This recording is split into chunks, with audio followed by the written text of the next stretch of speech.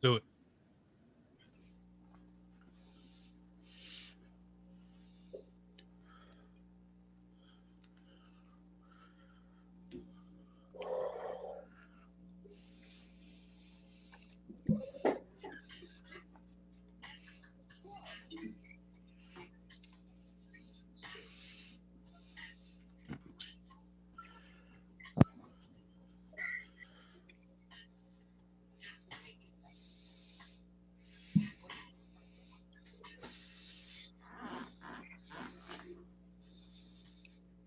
Welcome back to the Participation Trophy Podcast. This is episode 29, coming to you all direct from the various outskirts of the Washington, D.C. area. The fully vaccinated four horsemen of the show, Jamal Smith, Zane Zaidi, and the young calf, Neil Dalal.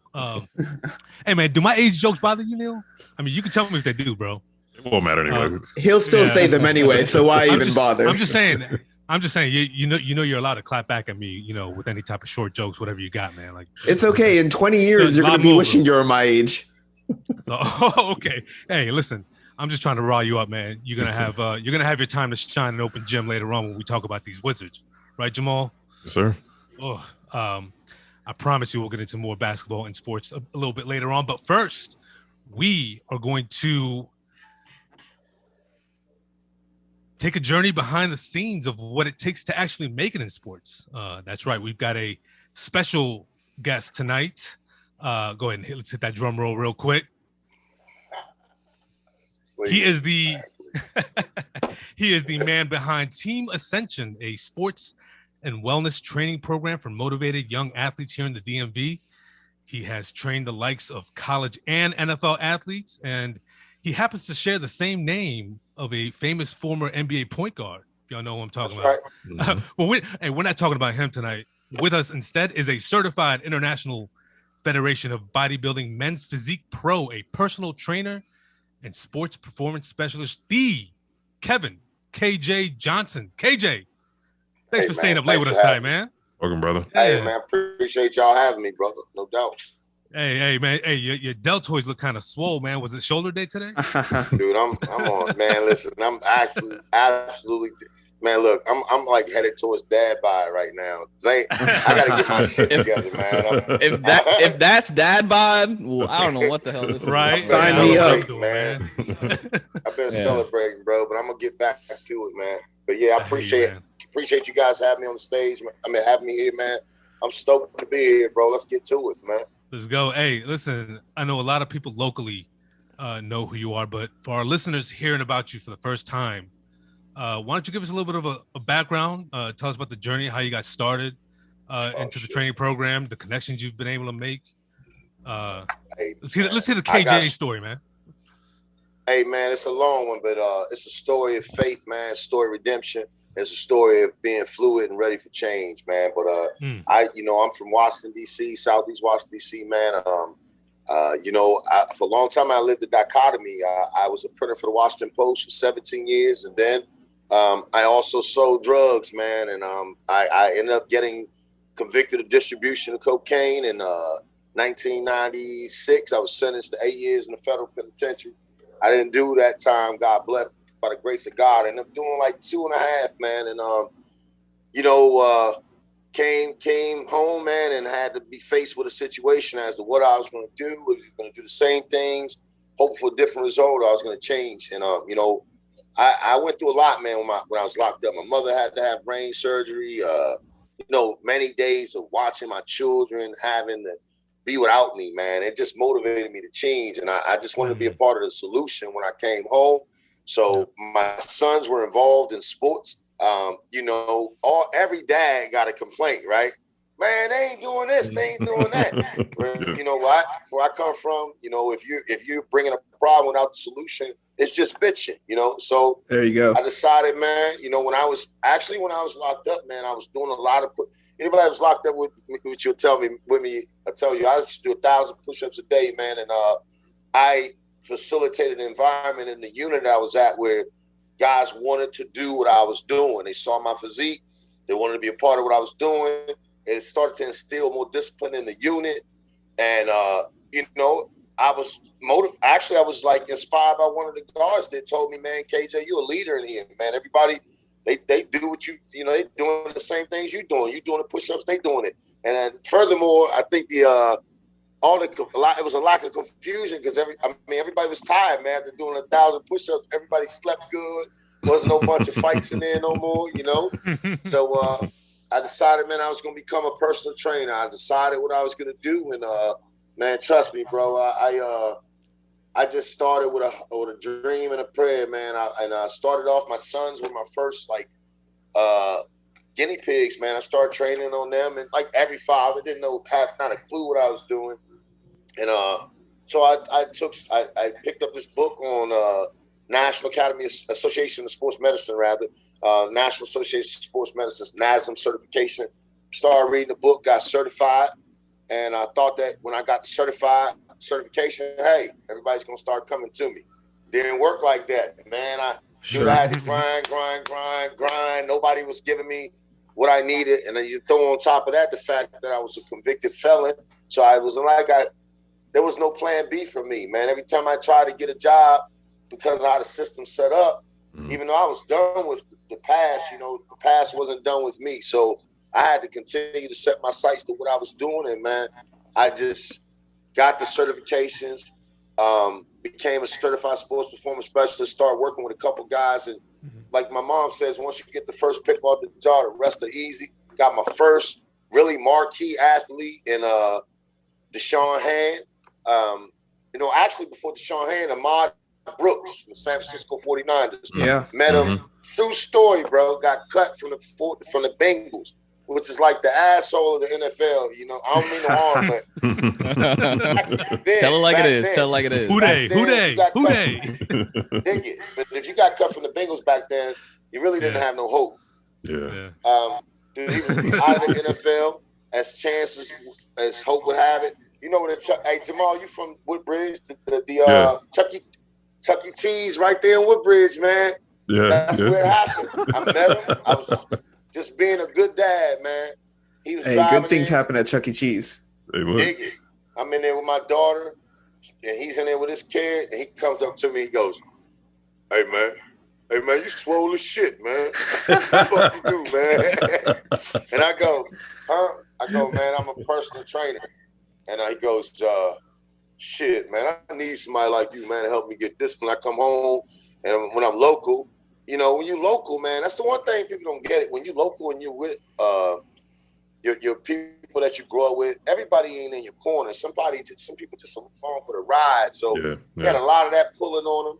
So at any rate, man, he got serious about what he did. He got back in the NFL. He had a Monday night game, 3 sacks against Drew Brees. And man, shit, I took off from that. Next thing you know, he started tweeting out shit, hooking me up, saying KJ's the man. That's social media shit. Yeah, that's got to be rewarding. Yeah, that's beautiful, man. Yeah. It's got to all because of the Chuck E. Cheese experience. All that Chuck E. Cheese, man. And then he turned into Deshaun Hand. I had the balls, man. I didn't even know Deshaun Hand, but I saw him as a freshman. I said, this kid's gonna be special. And I'm into wrestling. My son was like the #1 wrestler in the state of Virginia that year, and we were at a tournament. I saw Deshaun. He was actually a wrestler. I just went up to him, man. Said, hey, listen, man, I heard you're a pretty good football player. I'm trying to get good at my craft. I like to work with you, blah, blah, blah. His father liked what I was talking about. We connected, and, man, we just took off together, man. It was like, that shit was crazy, man. Like, he became the #1 player in the nation, 94 Division I offers, and I had him, Tim Settle from the Redskins, Matt Burrell from Ohio. Yeah, Matt Burrell from Ohio State, Ricky Slade from Penn State, all of them in one room, bro. And that shit was just happening, man. And I don't know, man. Team Ascension just took off from there. And, I right now, it's the evening time. I got a little something in my cup, so I'm cussing a little bit. But I am a spiritual man, believe it or not, bro. So I pray before every session. We pray after every session. And I do like to believe that's the #1 thing as the why Team Ascension is taking off, man, because whatever we do, we put God first, That's good stuff, man. I dig it. it. Definitely.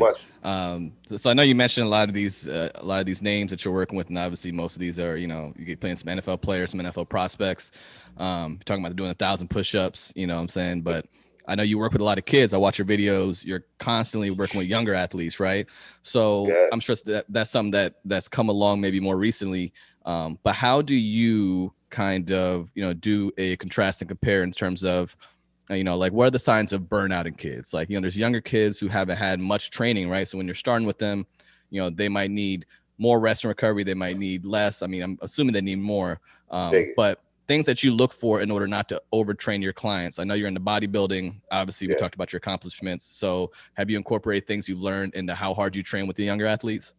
Well, when I first started out training, man, I didn't give two craps if you threw up or nothing. We was like, get back to it, you know? Yeah. But that's like season school. 1 of the coach, man, before he learned. Dig it. That's that old school, man. Yeah. So number one thing I look for, fatigue in the aspect that, listen, man, I believe in graduating a client, graduating them, meeting them where they are and graduating them to a high level. But they got to get in where they fit in. I always tell them, listen, where there's no challenge, there can be no change. So your mindset has to be geared towards challenges. I'm not going to be the one to tell you whether or not what you're doing is enough. But if you really want to be great, man, who we fooling? What are we doing? So I think once you got a connection with your athlete, which for me, everything starts with love, man. They know I love them, so they work hard for me. Once that happens, once they know I love them, they know that I really want the best for them. And at 50 years old, I've lived their lifetime, sometimes 3-4 times, depending on how old they are. See what I'm saying? So I'm able to give them some advanced look into the future and say, listen, man, you don't want to do this. You want to do it like this. And if you do it this way, one thing has changed in the 3 or 4 times of your lifetimes that I've lived. The guys that do it right, that put God first, that have character, that have an understanding that character's what you do when nobody's watching, those are the guys that make it. It's never the guys that lack the talent. Talent will never be the issue, dude. I'm from Southeast DC. There's an All-American on every street corner where I'm from. Yeah, hard work beats talent every time, they say, right? Hey, dude, all the time. All the time. That's great. So, KJ, what did you say about things like diet? How much is diet important to, making sure that your body is getting what you want? You might be putting the work in the weight room, but how much diet impacts players? Super important. First and foremost, man, like as it applies to what you're doing, right? I'm big on having a full understanding that you are what you eat. And when I say you are what you eat, what you would eat in private, you're going to wear in public. You're going to normally look like that. You know what I'm saying? Yeah. You eat a lot of donuts in private, you probably going to be shaped, look like you eat donuts publicly. You're like, damn, that dude looks like he eats a lot of donuts. I feel attacked right now. Like I'm just like melting in my seat right now. Like this motherfucker, call me a donut, man. Like I don't look like no donut. I can't even see your stomach, dude. You got your camera strategically placed, bro. You know it. You already know it. But no, it's important that you eat properly, man. Like I tell my guys before they eat, a sample meal for one of my guys post like pre. I'm big into pre and post. You got what I'm saying? Sure. Yeah, so if I got a kid that comes to me, he's trying to grow. He wants to put on, because these guys, they might come in the season at 200, 215. Well, by the end of the season, they might have played their way down from 215 to 200. They've lost that weight because. So what I try to explain to them is, listen, we have to put on weight at the beginning of the season and we'll play our way down. So what I do is I feed pre and post the workout, pre-post workout. So, some people might call it bullshit. I do believe in the window of protein synthesis. I do believe in taking advantage of that. I do believe that you only break down the muscle with the workout, and what you do after post is going to be highly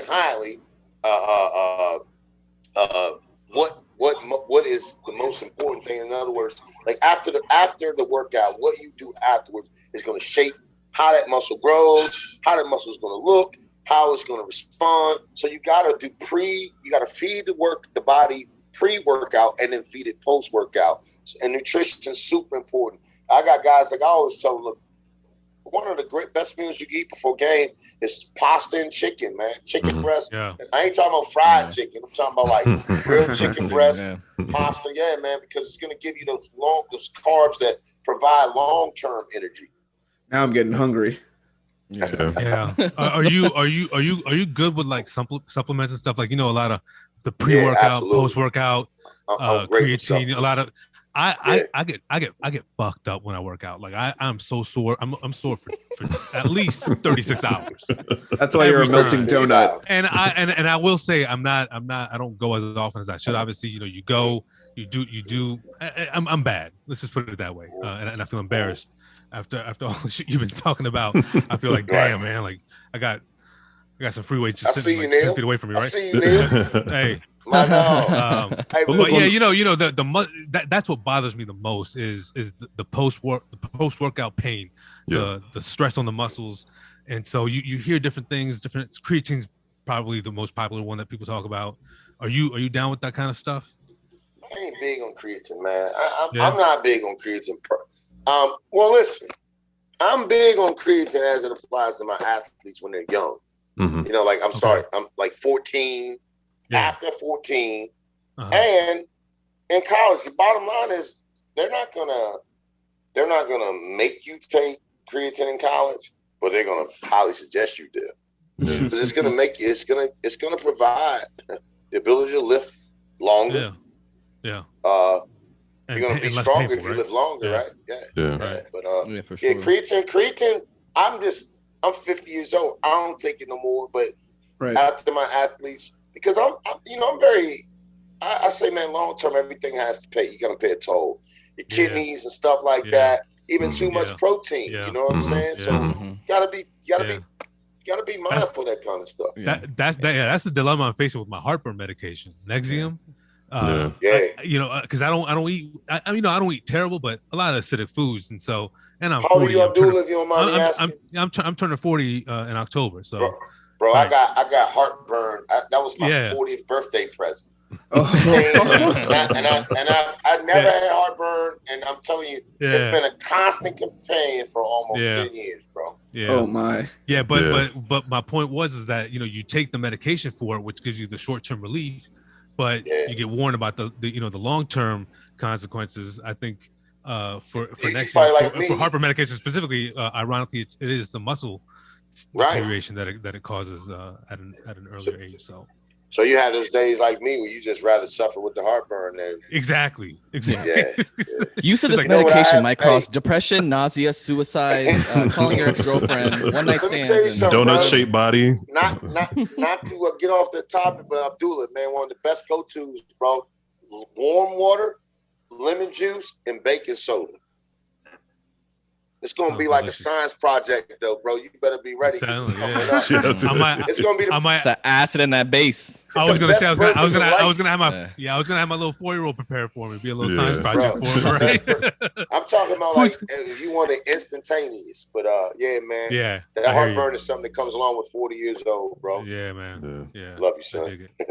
From another 40-year-old, I got off supplements personally. Like I lift weights, I bike, I stationary bike, all that stuff in my house, but I kind of, after a while, I experimented with so much stuff in my early 20s, like, creatine and nitrous oxide boosters, like pre-workout shit, all that thing. Too. But I'm just, it's kind of, at a certain age, you can't process it like you used to. The pills with the smiley faces. And the thing is with the diet, like KJ was mentioning, a lot of the stuff like creatine, the protein, you should be getting from your diet, right? Yeah. Like creatine is found in foods, right? Go. So if you eat enough whole foods, yeah. Exactly. Yeah, you shouldn't be drinking Right. I always tell my guys, whenever necessary and whenever possible, get your protein from a meal. Absolutely. Exactly. The only supplements I take is fish oil. Mm-hmm. I believe in fish oil. I do take I take a cholesterol pro just to keep my cholesterol levels. And I take sometimes I'll take glutamines for my muscle recovery, stuff like that. But I'm not, and I'll take whey protein if I can't get a meal, but I'd rather eat mine. Yeah. Same here. So let's talk about, I want to shift a little bit to, obviously the elephant in the room now is COVID and what impact that's had across basically the entire globe. When it comes to your industry, personal training is very much an intimate thing. You want to be close to your athletes. You want to be, basically sweating alongside them, right? How have you had to change your business practice, and what have you done differently in the age of social distancing and lockdown? Well, when the COVID first hit, man, my family and I, we all caught it, and I didn't even know I had it, bro. Like I don't know if from being in good shape, but I didn't have any. I was asymptomatic beyond. I had a little neck pain, but I thought that was from just a pinched nerve. But my wife and my daughter, they were out for like 2 weeks, so that immediately gave me a respect for it. So I implemented a bunch of protocols, but it sucked, man, because Zane's one of my friends on social media. I had literally just opened my location at 27. They come to heartburn on you. Look, I saw it. I seen it. Like, what the hell, man? No, but he did it. We did that little. Yeah, right, you know what it is. Oh man, you feel for him.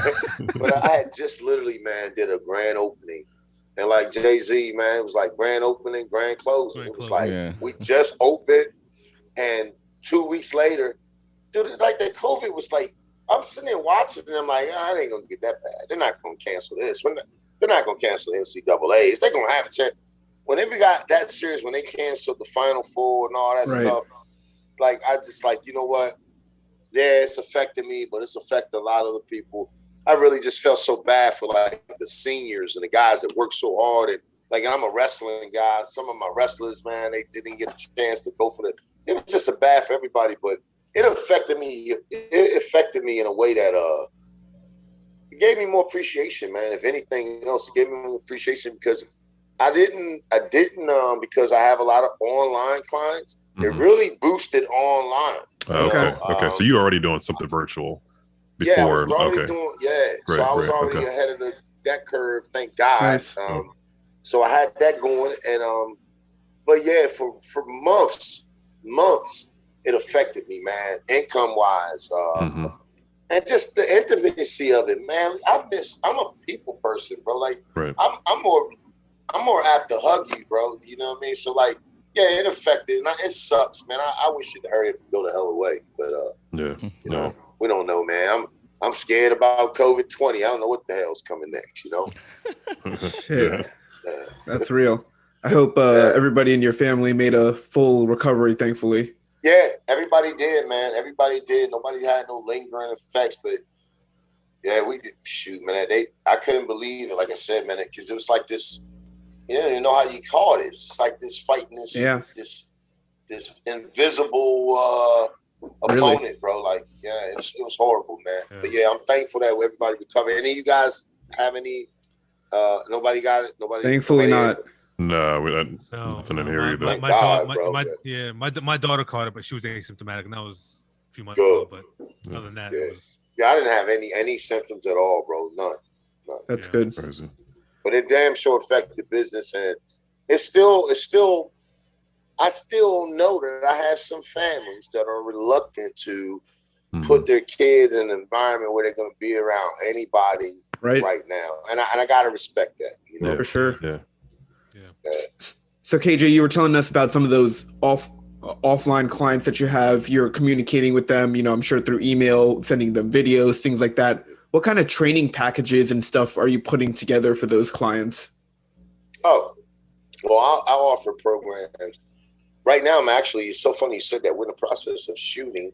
I'm having a videographer come out and we're shooting a video library where the average person, not only just my client, but anybody can go online and say, hey, I want to do an ab workout. I like to do a core workout. I like to do a lower body workout, leg workout, chest work, all those things. And I'm also putting together videos that are sports specific. If you see me on social media, you'll see we put together a lot of drills where I'm going to break down the steps from the inception, the start basis, what foot steps you should be implementing, at the arm movements as it applies, hip position, all those different things, you know. So yeah, we're in the process of doing that. But right now, I put together training packages for my clients. Rather than have them pay session by session, we offer monthly discounts. So if people want to do like prepaid, you know, some big bosses like step up and be like, "Man, I'm gonna pay for the whole month, pay for the whole year." I like those people, by the way. But, of course, you know, you know. But I'm blessed. I really got some good clients, man, and you know, I offer packages for anyone, everyone of every age, from 6 on up, man. Wow. So speaking of some of those clients, I'm a big running back guy. Like that's probably my favorite football position. It's just, I think it's a primary skill position. It's the most active position, right? It's part of why a lot of running backs, their career arc is so short because they get most of the action. So, you know, you talk about different running back builds. Like you got the short and fast, or small and fast Barry type. You got the small and strong strength power Emmett type. You got, you know, wrecking balls like Derrick Henry, Earl Campbell. What is your favorite type of like build to work with and train? Man, well, you're a running back guy, right? Yeah. All the running backs now, thank God, because I'm only 5'8", right? All the running backs now, if you look like guys like Clinton Hilaire, Aaron Jones, they're 5'7", 5'8", you know, I like those running backs, man, because I like those guys that wield a big stick for the little guy, man. I hate, unfortunately, football's one of the sports where if you don't pass the eye test, sometimes you don't get the same bump. You know what I'm saying? Like, you may not be that D1 guy. You may not be that D. And I had a kid named Cameron Bowie, the running back, 5'5". Dude, he had to go out to West Hills, all the way out to West Hills, California, some crappy. Let me not say that. That's not what I meant. Respectfully, the Bengals. Relatively speaking, West Hills doesn't have the best facility. Yeah. And for a kid that's from Woodbridge, it's in the mountains in California, man, he had to go out there and prove his worth. He earned the first Division I scholarship to Old Dominion and had some great games as a 5'5" running back. I like those guys. But my favorite running backs, like I like Aaron Jones right now, man. Aaron Jones is the beast. Oh yeah. He's gonna give you 1,000 to 1,100 yards. He's gonna give you 40, 50 catches out the backfields, diversity, and he gets hurt you so many ways, man. You know, I like that guy. That's my dude. So it looks like you're keeping up to date with a lot of these colleges, you know, Division I, Division II, you know, whatever it might be. So we got an NFL draft coming up, you know, which is partly the inspiration for why we wanted you on the show, because we wanted to get your insider, you know, opinion or expertise on this, for a matter of fact. So, you know, is there any college football players you've been looking at this year for the upcoming NFL draft? Any players that jump off the screen? Like, you watch film? Do you go on YouTube and, you know? I like that receiver from Alabama. I like that kid, man. Waddle? Nice. Or Devontae Smith? Huh? Devontae Smith, right? Smith. Yeah, he's nice, man. He's that kid's a monster, man. And of course, you know, I've had the opportunity to meet Michael Parsons when Ricky. I got Devin Ford at Penn State right now. Still, Michael Parsons man. He's an animal, bro. I look for Michael Parsons to be a beast, bro. Yeah, definitely. Yeah, man, I like that kid, man. But yeah, I've been watching him. I've been hearing a lot of the Alabama quarterback Mac Jones. Yeah, people Mac like Jones, him, and I'm trying to figure out. I mean, I don't you know. Don't like him. I mean, I like him, but he's an Alabama quarterback. So I'm wondering, what are people, the teams are looking at him, right? Like, the teams are looking at him, right? Like the 49ers, are they so talented that they're like, we just need somebody who's going to work hard? He doesn't have to be super duper talented as long as he can get the ball out and kind of let me ask ball you this, in our talent players. Which I never understood about them, right? Because, I mean, of course, Alex Smith's not with them anymore, but like, I always thought Alex Smith was one of the best game managers that you ever could have. Sure, definitely. Never made no dumb mistakes. He wasn't going to lose any games for you, right?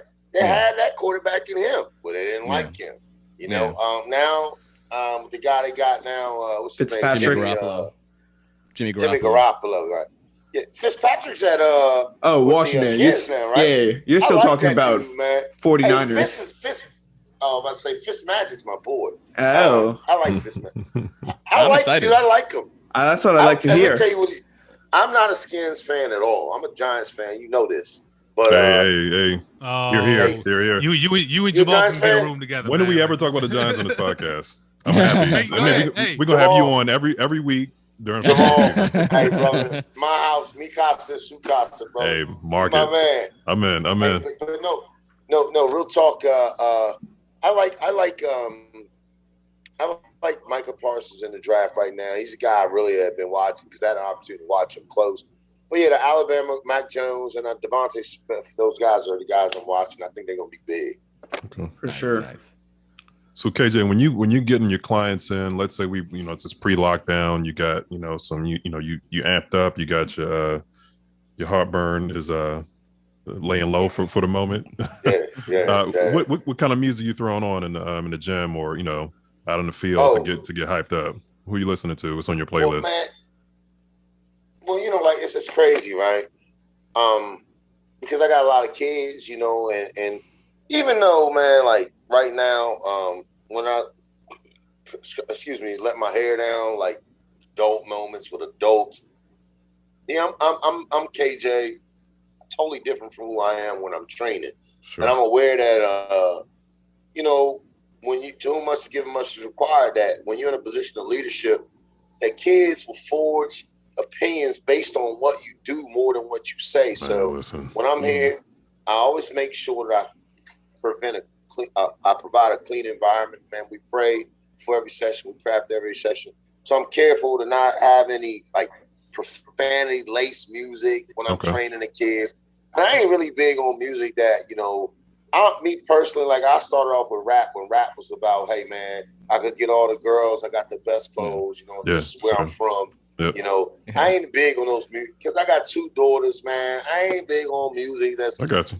Talking about F this girl, you a hoe, and I ain't with all that. And I definitely don't like music that Neil talks loves about that shit. Killing Neil loves that shit. Don't put that in my mouth. I ain't with that music, man, that be talking about killing another brother that look like me. So I ain't, but I do like, I might throw on some Little Baby, the bigger picture. I like, I got to stay abreast with the youngins. So, you can't lose the youngins. So, I throw on that. I might throw on some Moneybagg Yo, edit it. You know what I'm saying? Yeah. But and then every now and then I throw in some of my stuff. I make them listen to like some old school, and they'll be like, Coach, who is this, man? What you know about that grown folks music, man? That's the one that really gets your attention. I got 2 sons, 11 and 9.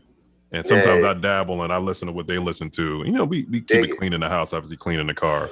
As far as keeping up with like the current dudes, like I listen to my niece and my nephew. They got kind of running playlists on Apple Music that I kind of tap into to see what what's going on. So it's about balance. My son might have some Little Baby on one song on his playlist, but he also like P Rock and CL Smooth because he heard Daddy playing it. You know what I mean? So there you go. Yeah, there you go. Okay. My kids, like, man, like they know. I mean, dude, like like on any given day, like they might say the music. They say the music is, the guy might be scandalous, but the music is scandal proof. Like, well, Michael Jackson, like my kids love Michael Jackson. I don't care what. Yeah. There you go. If I put Michael Jackson on, they gonna dance, man. They just like it. It's something about the songs that just make you feel good, man. Stuff like that. But I also play like, like we had, I give you an example. We had, I like a little Backpack Kanye, before he went crazy. Before he went crazy, that's the key. That's the key. Right. Yeah, like I like the classics, but yeah, man, out of the new artists that's out right now, I probably more so lean towards, like I said, we play like a lot of Lil Baby. I like them listen to that because the kids, they seem to get hyped.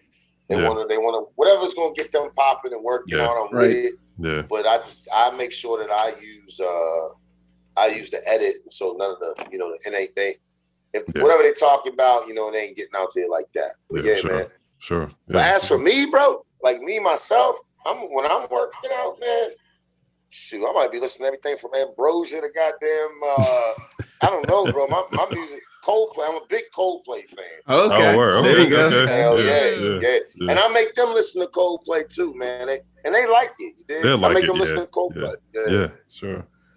Yeah. Viva la vida. There we go. Hey, all right. So we're gonna go ahead. We're gonna wrap this up with what we call the lightning round. And what we're gonna do is we're gonna ask you some of your favorite players of all time at different positions. So I'm gonna spit them out, and you just give me your hits. All right. Shoot. Favorite running back of all time. Ooh. Favorite running back of all time. Barry Sanders, bar none. Oh, okay. Bar I none. thought he was unstoppable. Yeah. If Barry Sanders, I say Tiki Barber. If Barry Sanders, Tiki Barber. Nah, dude. I like. Listen. I was gonna say Otis Anderson. Hey, listen. Super Bowl MVP I'm a Otis Giants Anderson. fan, but let's not.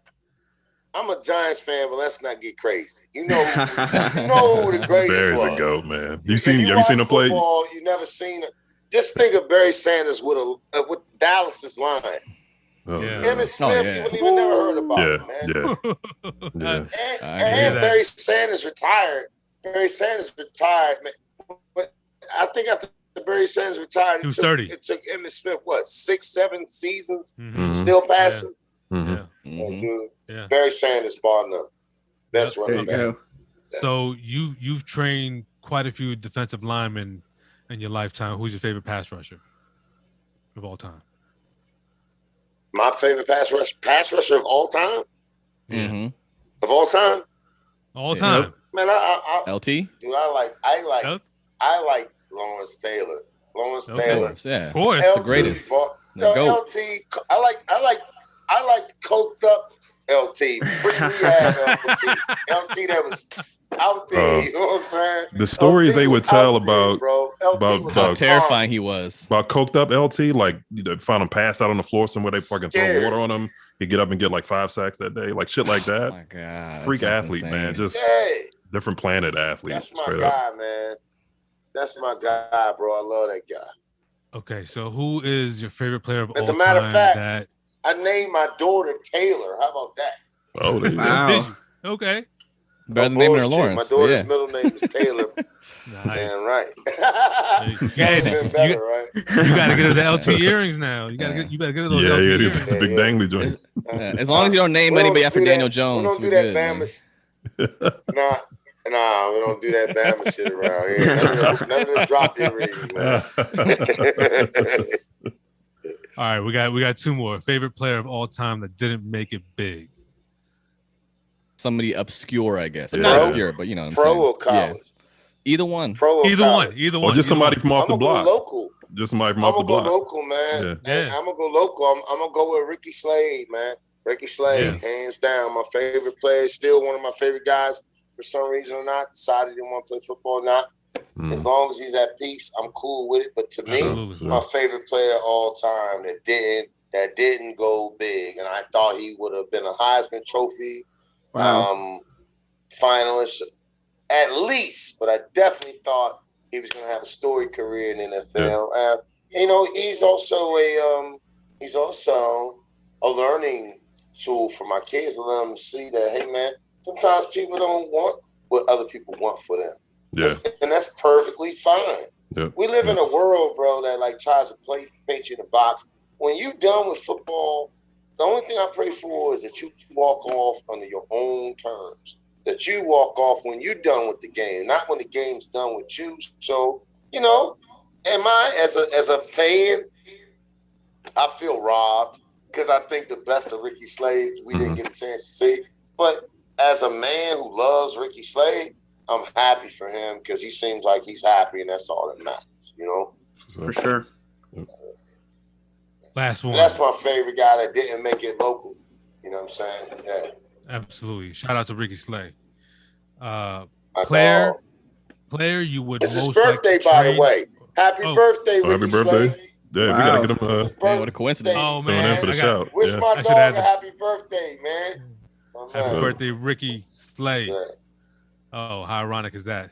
You get a shout out my dog. participation podcast on your birthday. Yeah, by it's the- his birthday by today. Kevin Johnson. Yep, Yes, sir. no doubt. No doubt. Last one, bro. My man. Player that you would most like to train or train with. That's a good one. Yeah. Football player? Yes, Football sir. player? Yes, sir. Yes, sir. Oh man, I think.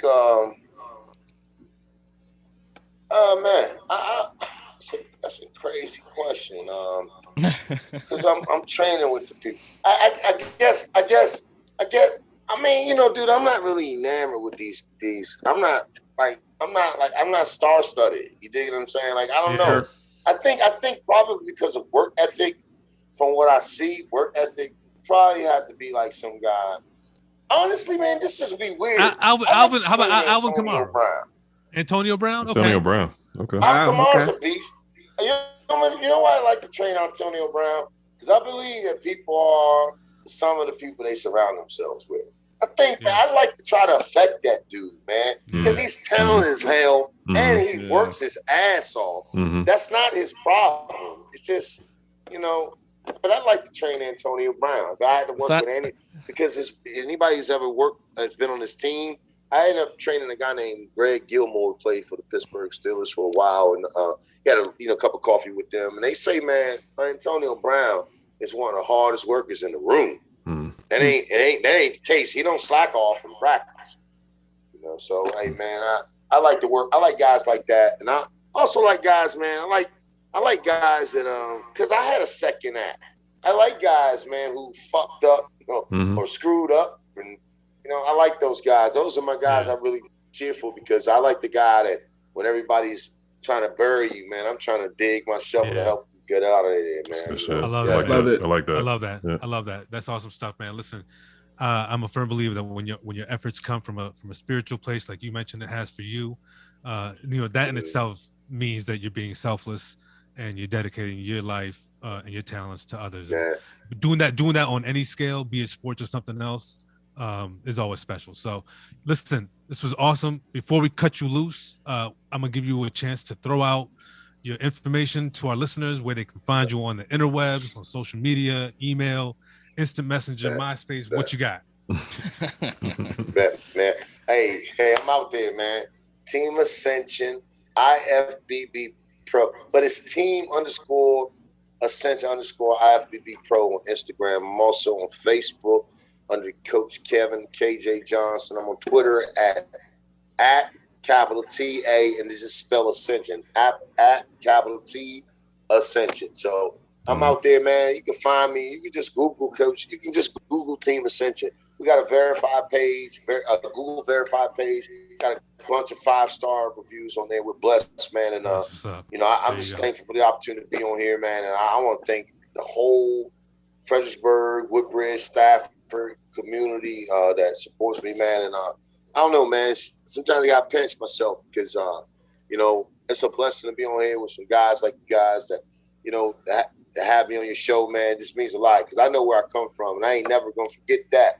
But I want to continue to work from a premise, man, that if a guy like me can do things and help motivate people and turn it around and use my worst moments to now use that transparency to help motivate young athletes and say, look, man, what you do in the dark's gonna come to the light, bro.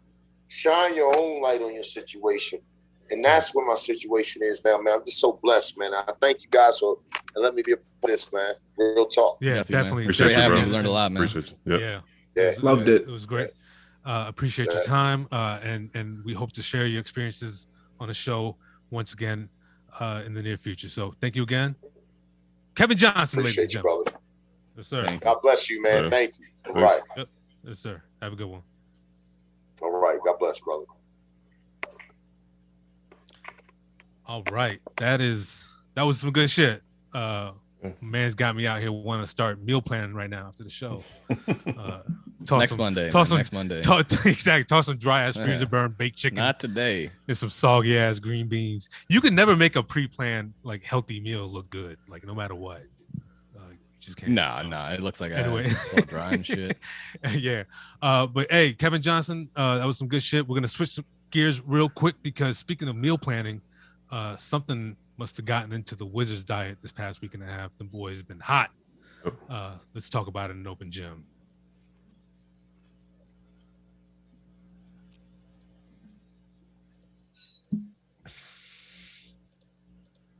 The Wizards had their 7-game win streak snap last night against the Spurs. 8-game. Oh, they did win 8 games. Fuck that all up. Nevertheless, snapped by the Spurs. They were on the brink of, so they did make history, right? They tied the longest win streak since 2001. That's 9. Since 2001, but the franchise longest is 9. So I just had my numbers all wrong on my script here. Okay. It's okay. Yeah. You have dyslexia. It's okay. Dyslexia. Oh, the wire is in him. Yeah. But hey, listen, even in defeat last night, a few hero ball shots at the end, some questionable refs. The Wizards still look good. Russ and Brad being Russ and Brad. Brad dropped 45. Neil, you were there. Fans were there. Give us the latest from Chinatown. Yeah, man. So they were going and hoping to tie the franchise record, 9 wins in a row. It's kind of sad in the sense that the franchise has never had a double-digit win streak. And as comparison for you real quick, since 1993, the Spurs have had 22 different double-digit win streaks. The Wizards have had zero in their franchise. Just, man, Greg Popovich. Imagine the Wizards team with Greg Popovich as their coach. Or, this is what I'm hoping for. Imagine the next time Becky Hammon is in Capital One Arena, she's the Wizards head coach. You keep talking her up, man. You must really want this to happen. Hey, I love it. I think she has the respect of players when she warms them up. I think she is very innovative in ways that Scott Brooks could only dream of. I think if they are to look for somebody, her, Sam Cassell, Wes Unseld Jr., I think there's a lot of good candidates that the Wizards could try and bring in. But before we get into all that, they are on an 8-game win streak, playing their best basketball. Russell Westbrook is healthy. Bradley Beal is doing Bradley Beal things. Unfortunately, Denny Avdia got hurt, so he's sidelined for the rest of the year along with Thomas Bryant. But, they're making a play for this 10 seed. They're in the 10 seed right now, control their own destiny, can move up to the 9, 8, 7 seed. At this point, the plan is for them to lose, and they're playing pretty good basketball still with a pretty easy schedule over the final 12 games. Yeah, they're getting a lot of buzz now. I listened to the Low Post podcast, and it's hard to listen to when your team's just not in any contention, but they had on like another writer, and they were talking about, the kind of playoff picture in the East. And Zach has pretty much said the same thing. Like, they seem to be almost a shoe-in for the play-in at least. The 10 seed. I know they have to get ahead of Chicago and Toronto because of the tiebreakers. And they are for right now. So let me break it down real quick because I mapped this out. So they're currently in the 10th spot. There's 11 games left. They're one full game ahead of the Bulls and the Raptors. They are 2.5 games behind 9th place. So they're pretty much in the 10th spot, and that's probably where they're going to end up. We'll see. The Pacers without Miles Turner, they've been flailing as well. Yeah. Charlotte's without LaMelo Ball for a little bit while. Yeah, but 11 games and they're 5 games out of 6th place, right? So if they want to get out of the play-in, right? I don't think they're going to get out, but they might have a home playing game, which is cha-ching for Ted Leonsis. Yeah, dude, I was out in DC on Sunday. I looked at the ticket prices for one. I was going to go to the Cleveland game. Jesus Christ, man! Like the cheapest ticket was $108 for 2 tickets or 4 tickets, or what were you looking for? Per ticket. Yeah. Oh, per ticket? That might have just been some crap. I don't know if that was due to a shortage or what the case was, but I wasn't. I mean, I've seen cheapo tickets for like $50 each for 2, so $100 for like, I guess 400 nosebleeds. But crazy. It will be interesting. I think there are going to be a lot of purple and gold in the house tomorrow on Wednesday when the Lakers come to town. There are already a lot of Spurs fans. I was shocked. I was walking out the metro.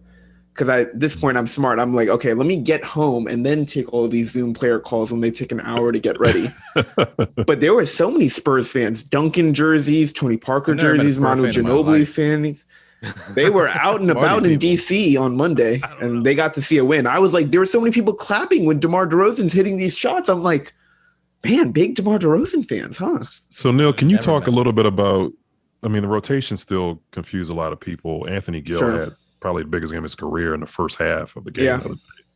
And he didn't see the floor again, I think, in the second half period. Right. We also saw DeRozan come down and hit the same shot. They destroyed the Wizards from mid-range. I guess the Wizards' lack of defensive presence on the wing really shined last night. But we didn't even see any other experimentation, maybe like a bongo on the wing or anything like that. Is Scott Brooks still kind of tinkering with stuff, or do we know if he's favoring somebody over the other? Some guys are just not going to get him. We're not going to see Cassius Winston or anything like that. But what is going on with the rotation, and is Scott just kind of failing at trying to mix things up a little bit? Yeah, so trick question. Scott, for the longest time, and this has always been to the ire of the fan base, he does not make, I would say, impulsive rotation moves. If somebody's not going for him, he's not going to yank him and pull him out unless you're Troy Brown Jr. But he played Anthony Gill because both Daniel Gafford and Alex Len both had picked up 2 fouls in the span of literally the first 6-8 minutes of the game. Right. So they threw him in at a small ball 5, but then obviously they went back to Len and Gafford for the majority of the second half. Gill doesn't see the floor. Scott Brooks has always been somebody that takes forever to figure out his rotation. He had Trey Burke and Marcus Thornton playing like meaningful late season games in 2016-17. Oh shit, that hurt. We've been dealing with this for 5 years now. Marcus it's almost Thornton looking like a beer keg, man. Like there's It's almost rumors he's over. still trying to figure out the OKC rotations. He's still working. still trying to figure out. Oh, I'm trying to figure it out, bro. Oh. God, Durant at the Marcus 5. now, obviously, Denny being out puts a wrench into things a little bit because that's one guy who is, solidly in the rotation, can give you positive defensive minutes. Who knows? Maybe Garrison Matthews can finally get on Brooks' good side, although he has been in a slump recently. Garrison he's gone from like a spark plug off the bench to just somebody who just gets either takes a wild charge or gets pinned on the screen and fucking falls and rolls on the ground like 3 Garrison times. Matthews has the most interesting money shot. You know what I'm talking about? Like the 100% shoe-in shot that he takes, where he's basically fading at the corner 3 out of bounds and shooting, right? Like he's literally fading sideways. Right. Shooting a corner 3. The shit I never hit in pickup. Yeah. So like and it usually happens in transition. Russ is bringing the ball down, drives midway through the paint and kicks it out to this weird ass side gliding Garrison Matthews, and he puts it up, and Justin Kutcher goes, and this is a shot. I was like, what? And it just goes and it splashes. I'm like, holy shit. While we're talking about Justin Kutcher for a second, I loved how Kamaya subtweeted him on Twitter the other day. Wow. She's She went also at him. What happened? Well, I think she's just realizing, like all the rest of us, that this man is not very good in his job and needs to be replaced along with Scott Brooks next season. I'm not a Kutch hater. I'm sorry.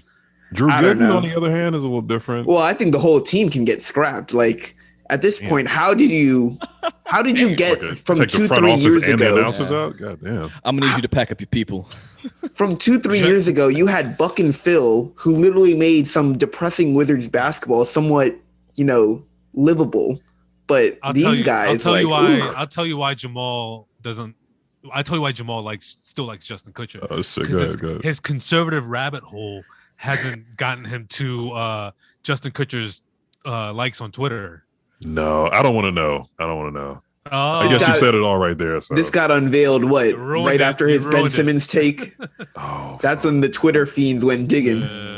That's it. People started rabbit holing into his Instagram. All right, well, he can get the fuck then. I don't care how. Follow the tweets. Yes. Damn. Okay, so one thing that has been growing on me is Russell Westbrook, right? Because he obviously we were sour about the John Wall trade, and he sucked. He sucked when he was started. Hurt.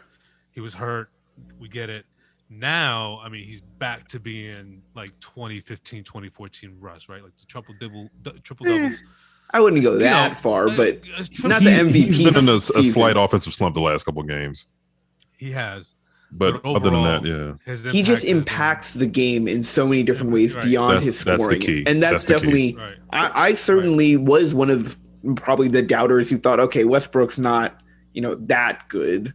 In years past, but now just being able to see this up close and personal, seeing what his teammates say about him. Brad has nothing but great things to ever say about him. Yeah. You can really feel, even though we're really not with them anymore in a COVID world, he's having an impact on this team that is, beneficial in more ways than, what their current record is, what his scoring efficiency is, and things like that. And he's obviously fed up at the criticism. Did you guys hear his post game yesterday? I saw it. Yeah. Cassidy Hubbard ousted him about triple doubles. Right. So I'm gonna play real quick because I liked his attitude here. Very interesting. Useful now that I'm doing it, it wasn't useful when Magic, Oscar, and those guys were doing it. Now that I do it, it looks easy. The shit ain't easy though. I'll tell you that. It ain't easy. I take a lot of pride in my preparation. I take a lot of pride in taking care of my body. I take a lot of pride in eating every night. I don't take nights off. So he's talking about the triple doubles and the stat padding, and real quick, that's courtesy of Hoop District's video. So fuck Bleacher Report for always stealing our shit, little Bamas. Call them out. Call them out. I cannot believe how many fucking Twitter bots there are that go to their bat. I'm like, how is this benefiting you that Bleacher Report aggravates the shit out of all their content. And why is that so personal to you that you want to come back at us? Whew. It's getting I'm hot in upset. here. Yeah. Spicy Oh, nail. DR. Yo. Open up the second Corona now. There you go. You got yo. There you go. That's that Russ energy right there, man. That's what we're Yeah. talking about. He's Hey, fed big up Russ too. energy. Yeah, but I like that. I like that approach. That dog, again, that dog. Facts. Russ has that dog, and for somebody who gets slammed a lot for, and we get it. His offense does have certain flaws. His turnovers is that turnovers. That continues to be like the turnovers side. and the Shots. high volume mid range shots when he doesn't have it that night. Yeah. I'm okay with him taking that bank shot that he loves. I'm okay with him if he's having a good shooting night, taking a lot of shots in the fourth quarter where he's been very good in clutch time. But a game like yesterday probably shouldn't be taking 25 shots. Yeah. Especially when some of the other players were shooting so well. Right. He still put up 26 shots. So from here on out, we mentioned the Wizards are in the 10th spot. They've got 11 games left. They got the Lakers at home next. So they don't have a lot of tough competition. I mean, a lot of it seems to be pretty level with where they are production-wise. They do have a lot of road games coming up. They have. That's what I was going to exactly. So they got seven of their next 10 games. Yep. 7 of their next 8 in the next 12 right. Their final 2 are at home. Right. So they're going to be flustered, and it's tight in the standings. So we'll see how that goes. They're really trying to fuck up my plans, man. I thought, okay, May 16th, they're done. I can make plans for whatever I want to do. And now they're going to fuck around. Out of nowhere. Yeah. They love that 9 seed, man. They just love that. Hey, playoff revenue is on the line for Ted, man. He's making a little bit of money on these games right now. They don't know what the fuck he's doing, but I digress. Yeah, right. Well, we're just about a week and a half away from the playoffs. Coming up sooner than that, we're going to switch over to the NFL. The NFL draft is on Thursday. So a lot. We're going to get to the Washington football team. A lot of the talk has been about the 5 quarterbacks that are due to go in the first round, relatively early in the first round. 49ers have the 3 pick. And I read today that they've got 5 different quarterbacks. All 5 quarterbacks are still up in the air, are on their drawing board. Kyle Shanahan has full autonomy on the decision. And Shanny, as we know, is a premier offensive play caller, a breeder of quarterbacks. And I want to ask our resident Kyle Shanahan enthusiast, Zane Zadie. But before we get to that, sorry, real quick. Do you guys hear the shit Kyle Shanahan said at the presser? About he don't know who's going to be on the team Sunday or something Right, like that? yeah. He's like he might not be alive. What did he say? Someone asked him Something probably real point ominous. blank, do you think Jimmy Garoppolo is going to be on the team on Sunday, after the draft? And he literally was like, you don't even know if any of us are going to be alive on Sunday. Something like that. And then the funniest thing was Greg Kittle then replies to the video on Twitter and says, Coach, I'll let you know when I'm alive on Sunday. I think you'll want to know that, or something like that. That entire thing was just. I had to thought that was a interrupt you for that. typo when I read Abdullah. when I read the title on the news. Yeah. I'm like, that's what? Yeah. I gotta be missing That means something. bye-bye, That's Jimmy world- Garoppolo. That's world-class ducking the question. Um, But I yeah. wanted to ask. I wanted to ask: Is Shanahan? How do you see him as a scout for quarterbacks? Right. It's one thing to bring a quarterback in and be able to develop them, but being in a war room to actually select a quarterback coming out of college, I feel like it's a whole different approach. The big thing is with guys like Kyle Shanahan and even Sean McVay, you definitely would say, based on their success, they do have an eye for talent, but they also probably fall into the tendency of saying, this guy has this and that, and this guy in my scheme is really going to get elevated to the next level. You know what I'm saying? Yeah, So right. you take someone like Jared Goff with McVay, he probably played out of his mind for Sean McVay, but at the end of the day, Jared Goff is still Jared Goff, right? He wasn't able to get to that level. Exactly. And the same thing with Jimmy Garoppolo. I mean, Jimmy Garoppolo showed a lot of promise, but eventually it came to the point where he was not meeting the expectations of Kyle Shanahan. And obviously there's some sort of something going on there with some of the comments that are being made. And obviously Kyle Shanahan is, he's been to 2 Super Bowls in some capacity, and he's lost both of them. One of them in heartbreaking fashion. Yeah, and then another one where maybe Jimmy Garoppolo just couldn't do enough to get them over the hump. So, I think he's probably a really good talent evaluator, but you know, it's kind of a pro and a con. He's a much better play caller, right? He's a much better at designing schemes. He's much better at maximizing the talents, albeit maybe little talent in the players that he selects. Does that make sense?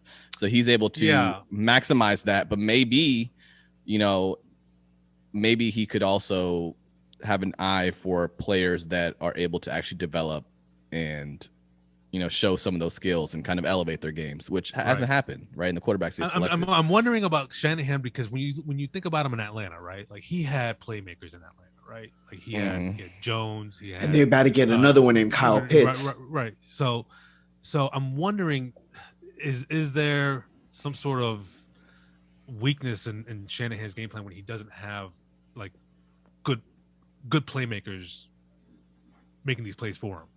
Running these plays for him. You get what I'm saying? Like in San Francisco, you talk about Garoppolo and you talk about his supporting cast, right? He's had an average at best receiver. He's had a rotation, a revolving door of running backs, right? So I'm wondering, does Shanahan struggle in that regard in any way, being able to execute or trying to execute, but just not having enough talent outside of the quarterback? I mean, in my opinion, the offense they run is getting the ball into the playmakers' hands, right? So when you have a situation, you know, guys like Deebo Samuel are actually playing, and you got, you know, Kittle's actually playing, and their other receiver, who they have? Did they have Emmanuel Sanders before they lost him? Either way, when they had some weapons, they were able to move the ball up and down the field, right? In Atlanta, they had 28-0 lead. I mean, that's just a freak kind of thing, right? And even if you look at when they took with Garoppolo to the Super Bowl, it was still an amazing accomplishment, right? So you lost to Brady and Mahomes. That's not a terrible going in the Super Bowl. Like a lot of people would do that. And if you look at both of these teams are very talented on both sides of the ball, right? So eventually you're going to have shortcomings in your roster somewhere, right? You're not going to have, you know, all pros on defense. You know, Atlanta had some good defensive players back then. So at the end of the day, I think he feels like a quarterback is going to get him there, right? But like you're saying, selecting Mac Jones, right? He's selecting Mac Jones essentially because Mac Jones can sit in the pocket and he can throw the ball over 20 yards, right? He can throw the ball, make smart decisions, work hard, right? But to your point, will we see in 2 years them make it to the conference championship and lose again because they're getting average or not enough quarterback play? They're getting game manager play. You know what I'm saying? So that's the way I look at it. So maybe if they go for Trey Lance, it's like, okay, we have a guy who can ascend to this talent level that can really take us over the top, but it's going to take us longer to get there, right? I got to coach this guy up. It's going to take 3-4 years. So, the buzz of the week has been Justin Fields, and I don't know much about Chris Sims and what his whole, if he has a stick or what, but he did a mock draft and he had Justin Fields at 32 going to Tampa, and you know. There was a story about Justin Fields having epilepsy and, you know, but that hasn't seemed to impact him. It seems, you know, you see this like every year there's some quarterback that falls because of a number of different issues. And Justin Fields just seems to be it this year. So anybody have thoughts on him falling? Do you think he's going to fall? Is this being planted by other camps? Like, what do you think's going on with this guy? And what do you think he ends up on Thursday night? Man, if he's there at 19, I want Washington to take a think about that. So can't go wrong on 2 Ohio State quarterbacks in a row, can you? Yeah, it could be a combination of both what you said and probably the fact that other quarterbacks are just their stocks are rising, right? So to your point, right, Justin Fields kind of started out as a number 2. Number 1 for like a day, right? Like 3. I think for like a day, somebody said Justin Fields over Trevor Lawrence, right? But now you got Trevor Lawrence, you got Zach Wilson as the 1-2 shoe-in, right? Yep. Now you got Mac Jones, which is more than likely going to be the 49ers pick. But I'm looking at Trey Lance, for example. Like that's been hot on Kyle Shanahan's radar from what I'm reading, and that's where most the if there's any sort of controversy or dilemma with who they want to pick, it's Trey Lance versus Mac Jones. So I'm thinking some of these other quarterbacks have actually their stocks have elevated more so than maybe Justin Fields has plummeted. 20 would you say 25, 27? For Chris Sims had him at 32. 32. Last pick. I'm looking at CBS's right now and they got about 14, which is which to me was a big drop. Still, yeah. Right, already, right? So, but now I'm looking at these other names and they become more hot. It's not so much that we haven't been hearing about Justin Fields; it's just that we've been hearing about Mac Jones. You know, yeah. For me, it's a lot about optics, right? You look at somebody like Justin Fields, who I think he was solid, but when the talks of him, for number 1 overall over Trevor Lawrence, I'm like, okay, slow down, right? Yeah. It's like Monday morning quarterback, all this bullshit. And you look at 2 players who are above him, Zach, Wilson and Trey Lance, for example. These guys played weak competition. They racked up numbers playing against nobody, right? Yeah. Not nobody, but Justin Fields played against Alabama and got destroyed, right? So the perception would be if you can't put up numbers against Alabama, right, who might have 7-8 NFL players, how are you going to put up numbers against a team that has 52, NFL players or 11, 12 guys on defense, how many ever players there are, right? So Mac Jones, same thing, all the talent in the world around him, right? And the expectations are lower for players like that. I don't know if that loss, the championship loss and his performance has marred him and from a perception and optics point, right? As opposed to the other guys who've played inferior competition, who have had stacked teams and they performed better. So now their rankings are higher, right? So it's not an exact science. That's the way I look at it, though. Okay. Sure. Yep. So that pretty much wraps up the draft. I know the Washington football team has the 19th pick. I want a linebacker. So linebacker has been what I've been hearing about. Who do you like?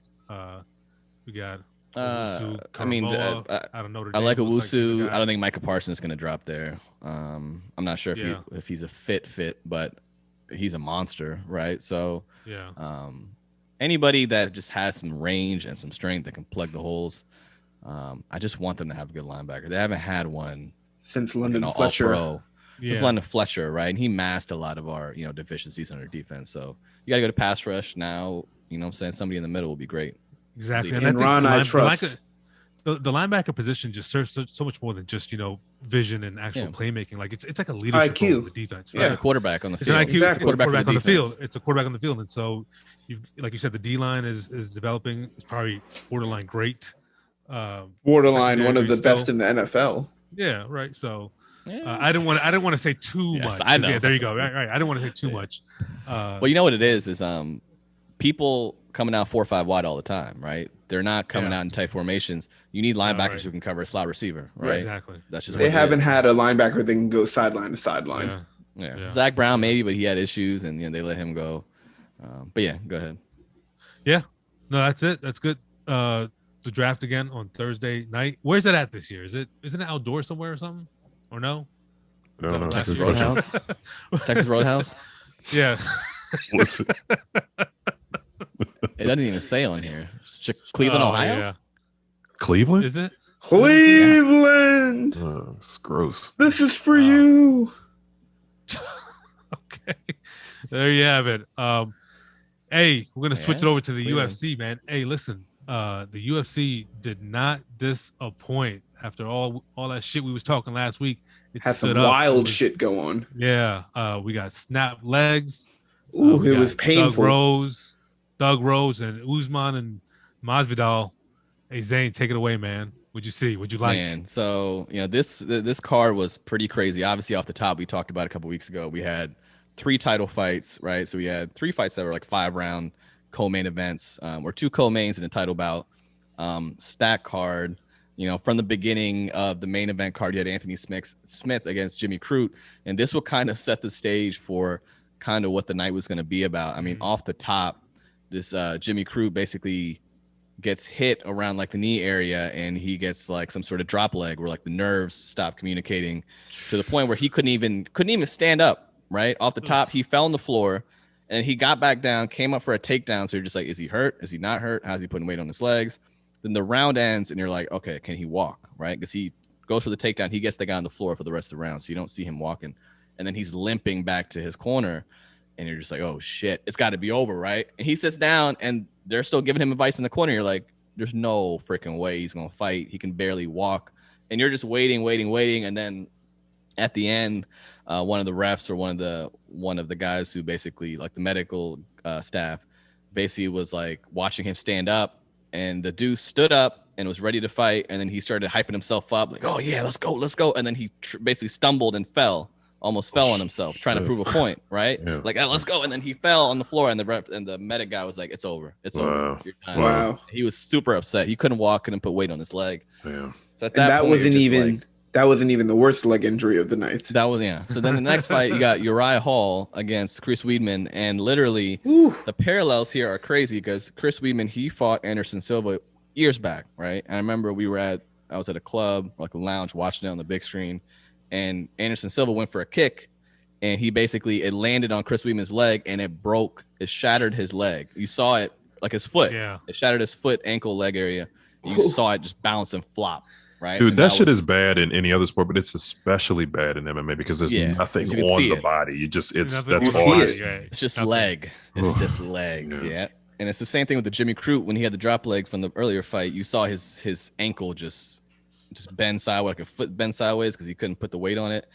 So he's fighting Uriah Hall, who put Anderson Silva into retirement, I think. He knocked Anderson Silva out. The same guy who broke his leg on Chris Weidman's leg. Chris Weidman goes for a kick. It lands on Uriah Hall's leg, and his leg breaks.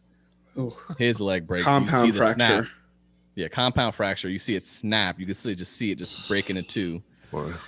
This is like literally 15 seconds into the fight.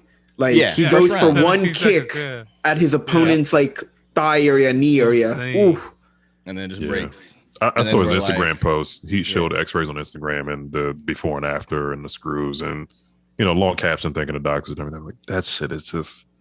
We've seen so many compound fractures like over the last 10, 15 years of sports. Yeah. They Kevin Ware.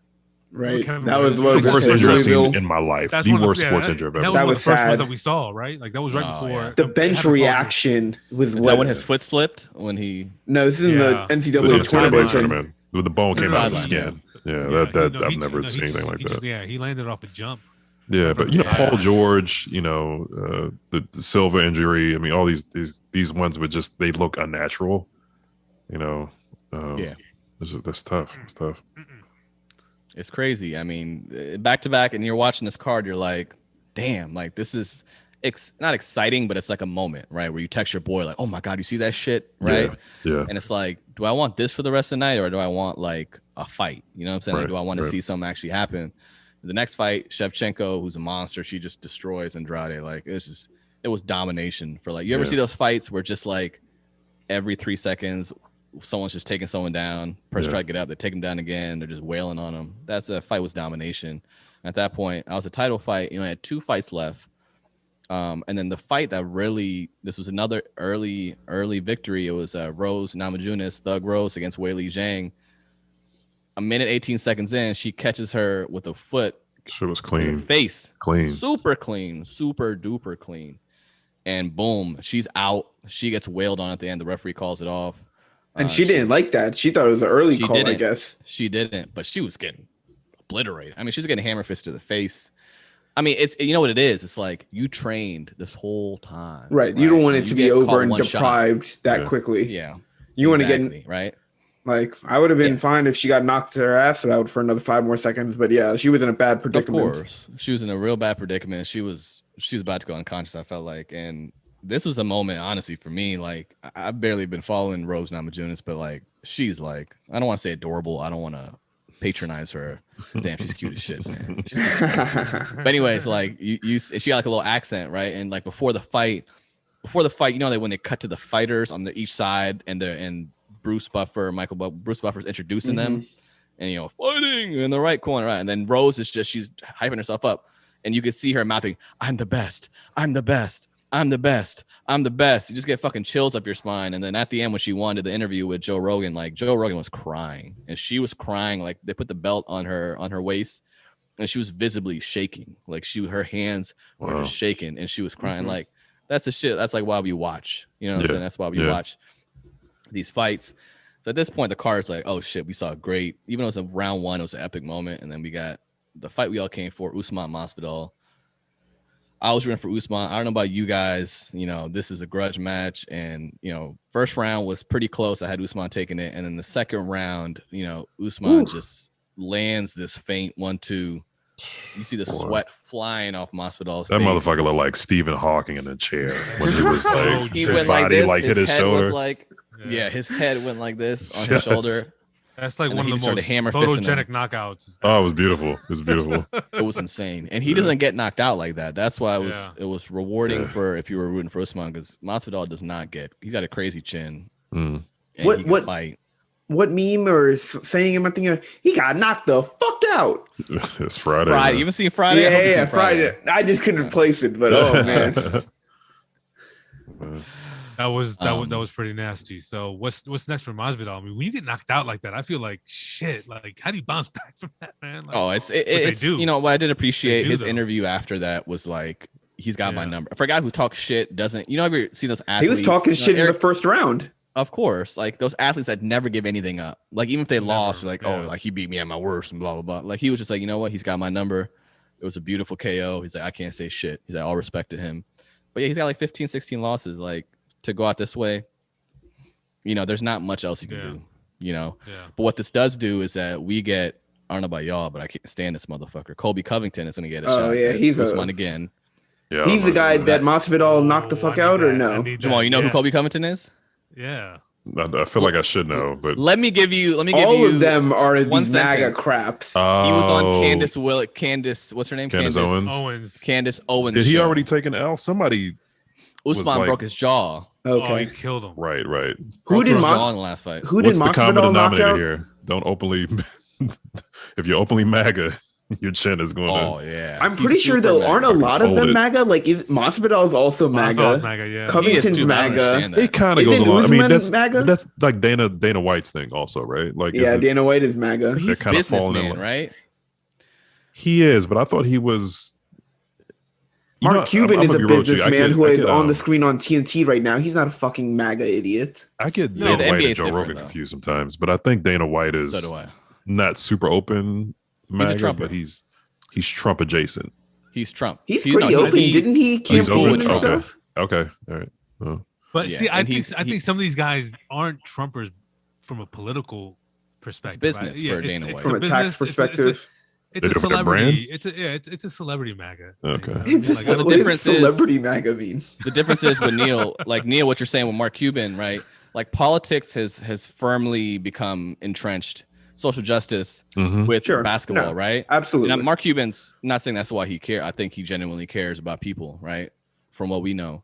But from Dana White, he says, I don't want politics involved. And they don't want social justice involved. They don't want politics involved. This Yeah. is fighting, right? And fighting is a little different than sports in the sense that, like, you got that macho, toxic masculinity shit kind of going on there, right? Where, like, yeah. Yeah. everybody's a pussy. Everybody is soft as shit. And, like, I don't care. Like, you know what I'm saying? Like, do your Yeah, job type yeah. shit. Sure. That's the way I look at it. But Masvidal, I don't know why he's a Trumper. It's a Florida thing. I don't know what that is. Yeah. So what's coming up? What big weekends should we look forward to after this past week? Coming up, honestly, I think we kind of bust our nut Mag- here a little bit with the McGregor is UFC. coming back in a little bit, right? Yeah, so McGregor's going to fight in June or July, the rematch against Poirier, which we talked about, right? Right. That's going to be July 10th. So July. McGregor got knocked out by Poirier. He beat Poirier the first fight. This is a rubber match.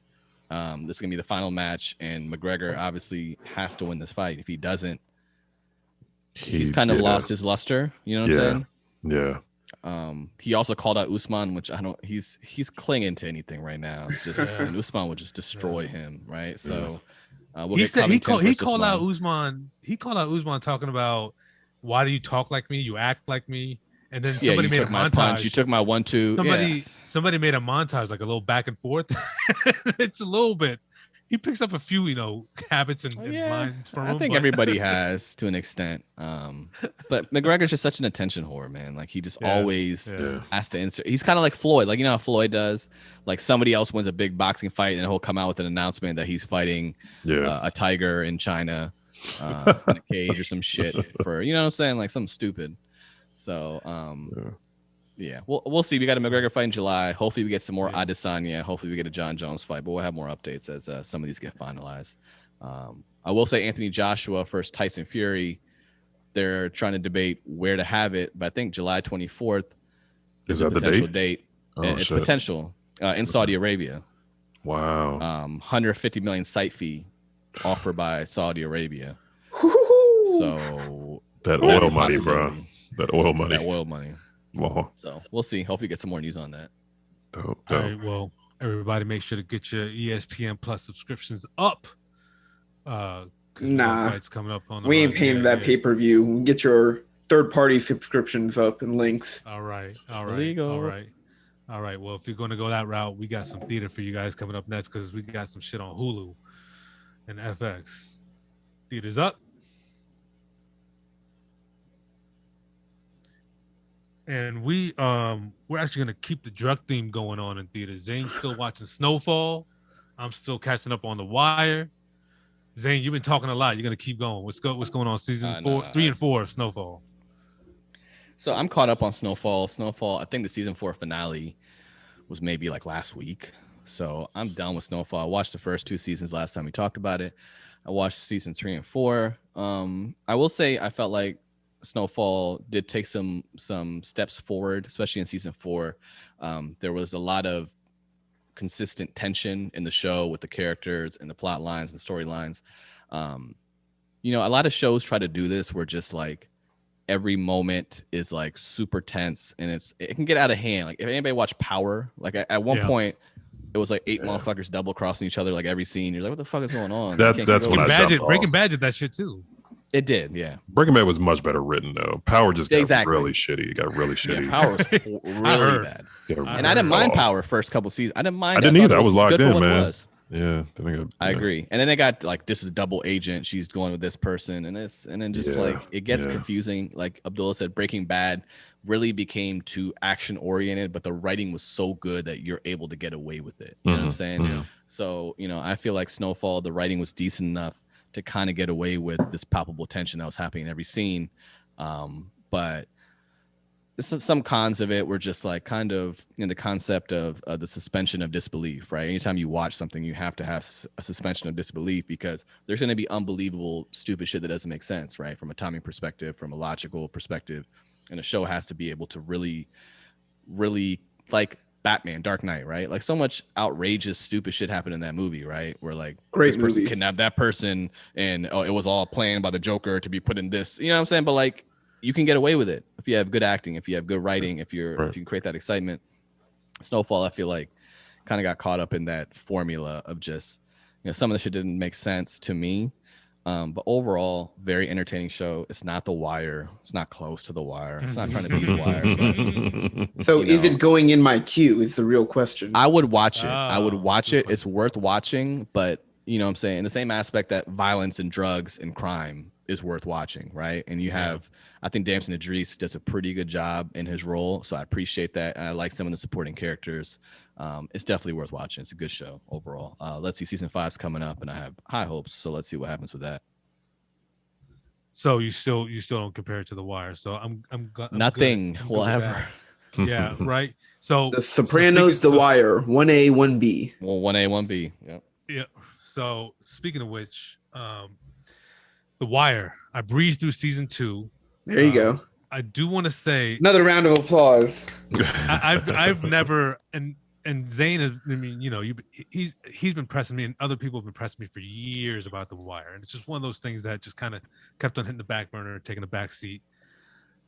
I've never experienced anything like this in television before. Like we talked about Breaking Bad, and one thing that I loved about Breaking Bad, I'm not comparing the two here, but in terms of character development and pace, Breaking Bad was a lot slower, but it requires patience. It's a methodical show. Yeah, great. And so there's a drug war in both shows, so it's kind of a similar plot line, but in essence, the tension levels, the rawness, authenticity, there's nothing to me right now that's comparable to The Wire from what I've seen so far. And I'm saying this, and I still got 2.5 fucking seasons left for me to watch. Yeah. Right? So you haven't seen the best 2 seasons yet. Right, exactly. So I'm currently experiencing season 3, episode 7. So Marlo, Tommy Carcetti, Slim Charles, Cuddy, Lieutenant Colvin.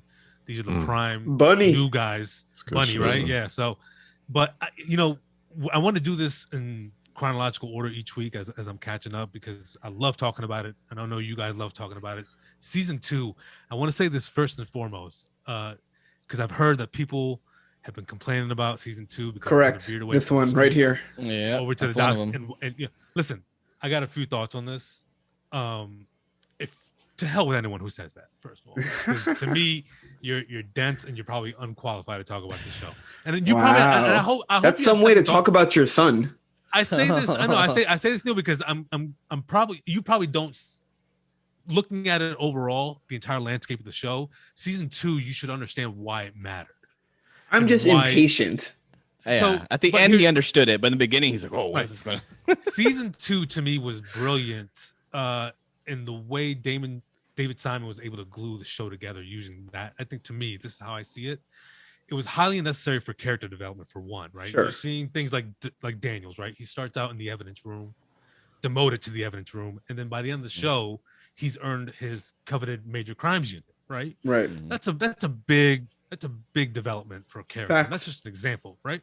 D'Angelo's demise in prison. That sets up a whole shit storm that's about to happen, right? Like I can Hard Knock Life. already see it. I haven't seen it yet, but I know I'm gonna see it. Stringer Bell struggling with the corners while Avon's locked up. Like if David Simon wanted to, he could have truncated the Doc storyline into like 3 episodes, right? Right. Yeah. The Greeks, the corruption of the stevedores, the canisters.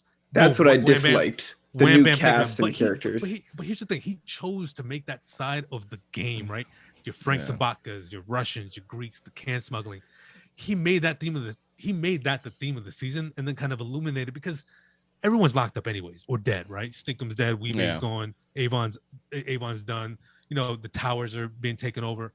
All this and that. It's a very creative And way so, of doing all that. To A kind very of creative way of doing it to kind of focus on that end of it because at the end of the season, all that was glued together by who? Proposition Joe.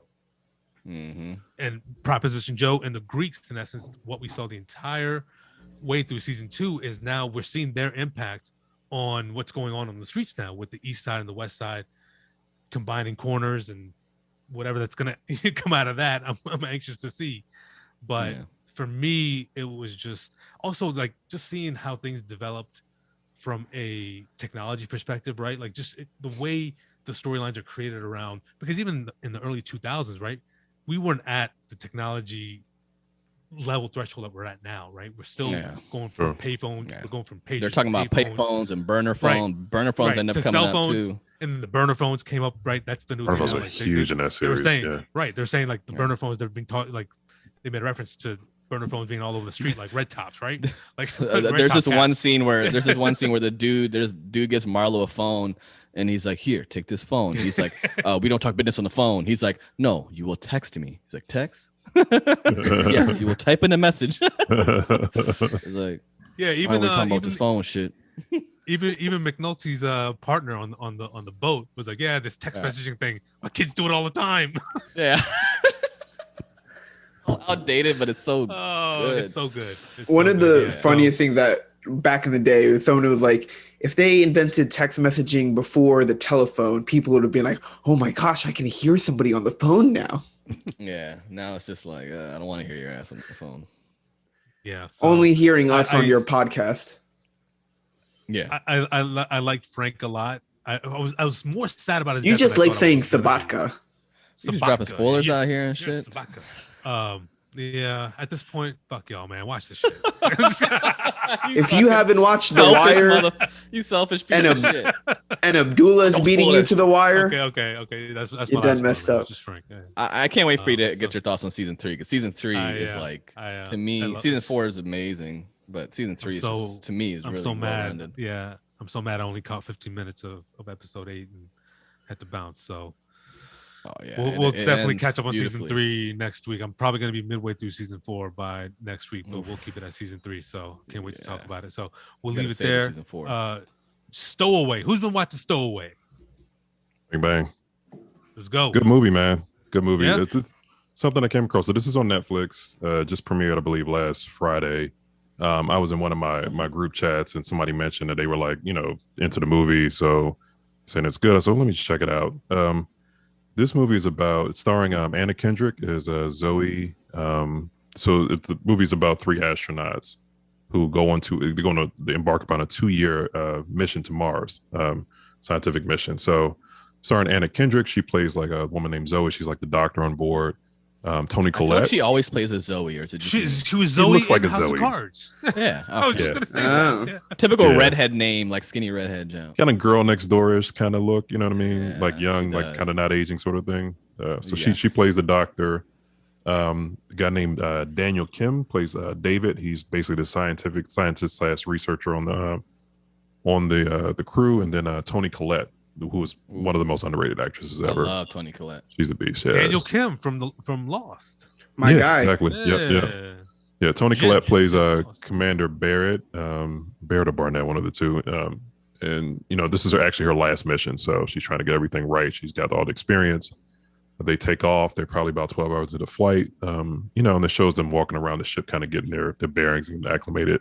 Toni Collette comes across a few droplets of blood, like in the middle of the floor on one wing of the shuttle, and she looks up and she notices some paneling just above her, and like kind of an electrical space was loose. She kind of unscrews it a little bit. A whole body falls out. A guy that's basically knocked unconscious, Oh my. kind of gotten stuck up in some paneling while he was doing some electrical work prior to takeoff.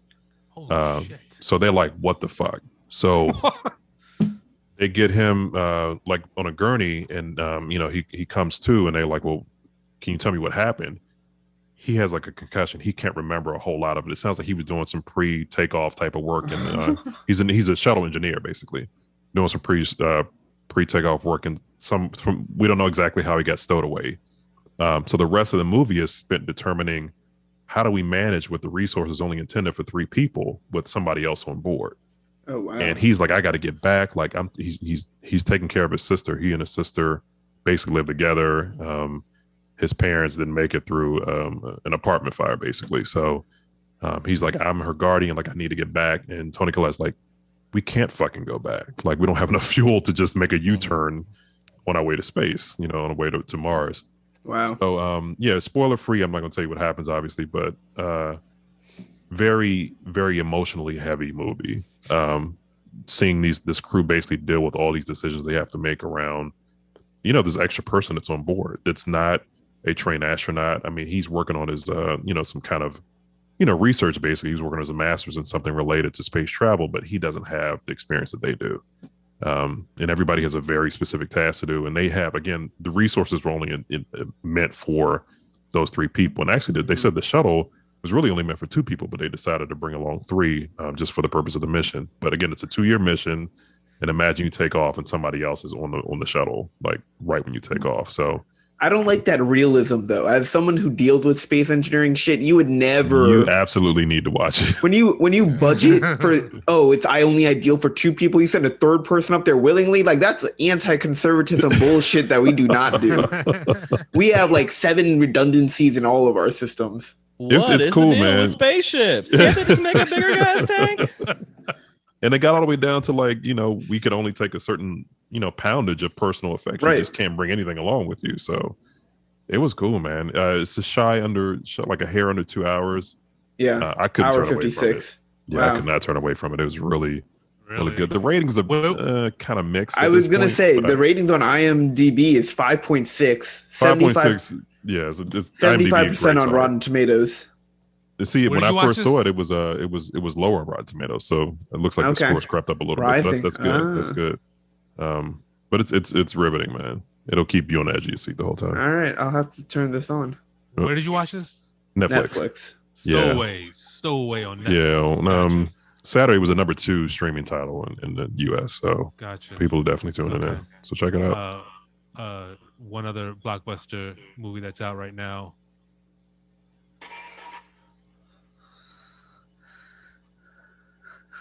Oh yeah. Fucking right. Oh yeah. Neil, what you know about that? What you know Not about much. that? You don't know nothing Not about much. that. We do Man, the let me old tell school. you. To the old school boy. What you know about that? Young boys don't know nothing about this. Who was hitting arcades when Mortal Kombat first came out? Like, I was out Oh. there, man. Forestville I was Mall. Me and my obsessed. cousin went. My aunt dropped us off, and we walked around. And I remember this big crowd, like in the doorway. And I was like, "What the fuck is this?" Your might. We get to the we small, like we're short. We kind of get our way up to the point where you could just see the screen. And this is back when you wanted to play 1-on-1. If you won, you stayed Yeah. on. But to show that you wanted dibs, you know, you wanted up next, you would take one of your quarters and put it up on the little screen. And I could not fucking believe what I was seeing. That was the goriest shit I'd seen in my life. I was like, how is this shit allowed? You know, on a video game, motherfuckers getting decapitated. How is this not R-rated? Rip their chest open. I was like, holy fuck, man. When they pull out the whole skeleton and then the body just kind of just.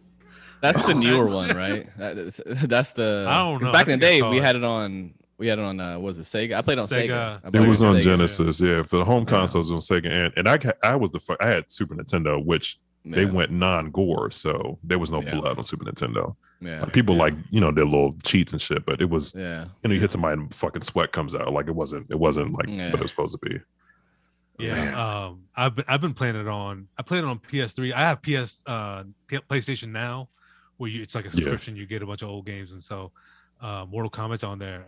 So the graphics on the I think it's PS4, might be PS3.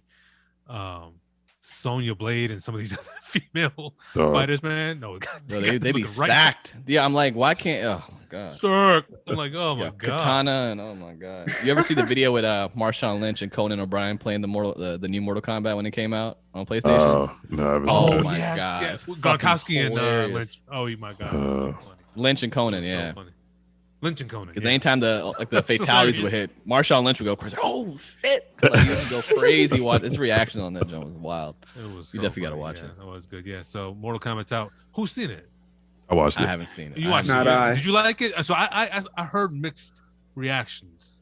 I'd be interested in hearing what people who are detractors have to say about it, because it was a fucking action-packed like fight film. I didn't want. Now I will say the only knock for me was some of the dialogue was corny as fuck, man. Yeah, I mean really bad.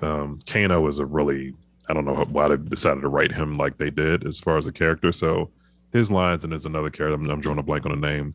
That the shit was kind of cringe at some points. Like the dialogue was just really bad. But the fucking action scenes, the fight, the Sub-Zero special effects were fucking mind blowing. Yeah.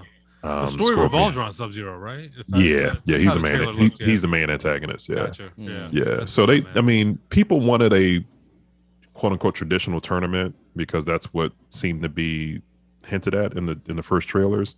They didn't quite get that. I mean, I'm not gonna give too much away. So I mean, people use that as a knock also. I didn't give a fuck about that because they made it work, and I think the way they made the training of the people come together, these kind of core fighters.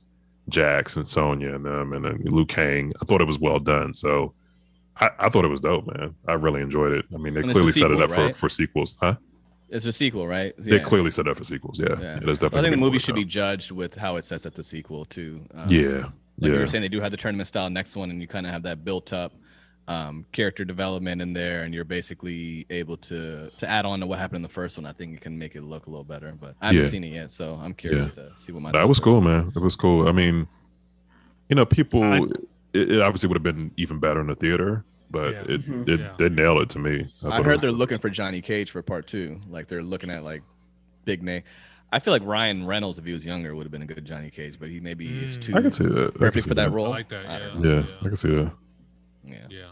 Yeah. I mean, I saw the trailer. The trailer looked fantastic. So definitely. Yeah, it was good. It was good. I'll watch it for next episode. Yeah. All right, that wraps up this week's theater docket.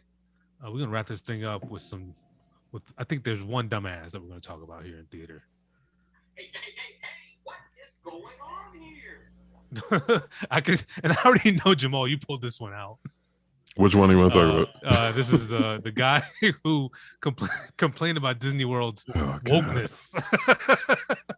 I hate the word fucking woke now. Woke is one of these words that started one way and got co-opted by the wrong people, and now I just can't stand to hear it. First person I heard say woke was Erykah Badu. She sang it in one of her songs, and it had had a different meaning, right? Now it's gotten completely stampeded by the wrong people. But I mean, was it Orlando Sentinel newspaper decided to let this guy write an op-ed about how Disney World is too fucking woke now, and they're running out of things to write about down there. Clearly, not the most flattering picture of the guy that's included in the article either.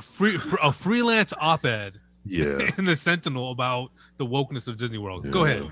This motherfucker definitely looks like he cursed out. He's hurled some slurs at people in an Italian restaurant. Got dragged, man. Yeah. He got dragged. his picture with Yeah, the motherfucker looks like he looks like a Oh. thumb with a Hawaiian shirt on. But anyway, my favorite line from the op-ed, he said, recently Disney announced that cast members are now permitted to display tattoos, wear inclusive uniforms, and display inclusive haircuts. Disney did all of this in the name of allowing cast members to express themselves. What the fuck is an inclusive haircut? Is it colored? You know, is it like is it shaved on Do one they have side? or do they have to wear flare? Yeah. Yeah, wear 16 pieces of flare. Yeah, this Yeah. fucker talking about people ruin his Disney World experience. Like, motherfucker. Shut the fuck up. Yeah, see, but it's these fucking buzzwords that they use, right? Like you said, inclusive, right?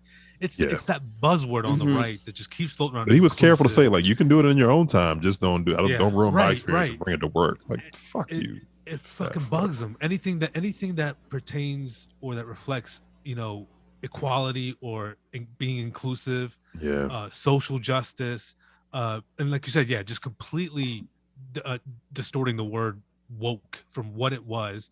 We used to say "stay woke" all the time. It was something hip to say, Yeah. and they yeah. just they absolutely just grab that word, hijack the fuck out It's of it. it's so and turn it into overused something now.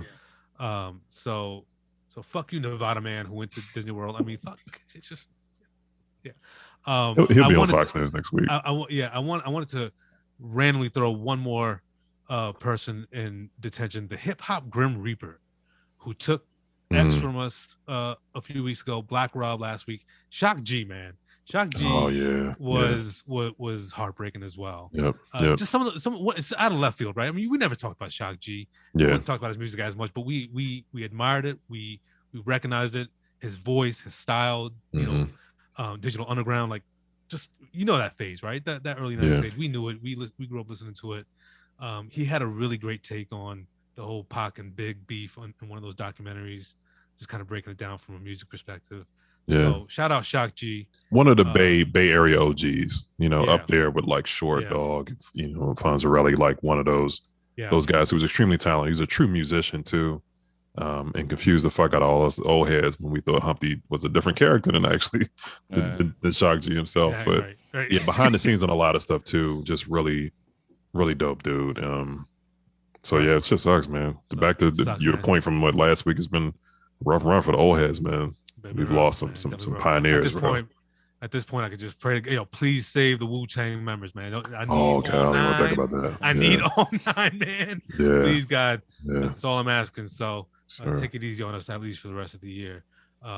That's the wrap. Had a great time. Kevin Johnson, shout out to Team Ascension one more time. The moral of tonight's episode: get your ass vaccine, get your ass in the weight room, bet on the Washington Wizards, watch The Wire, and Wu-Tang is forever. Forever. Did I miss anything?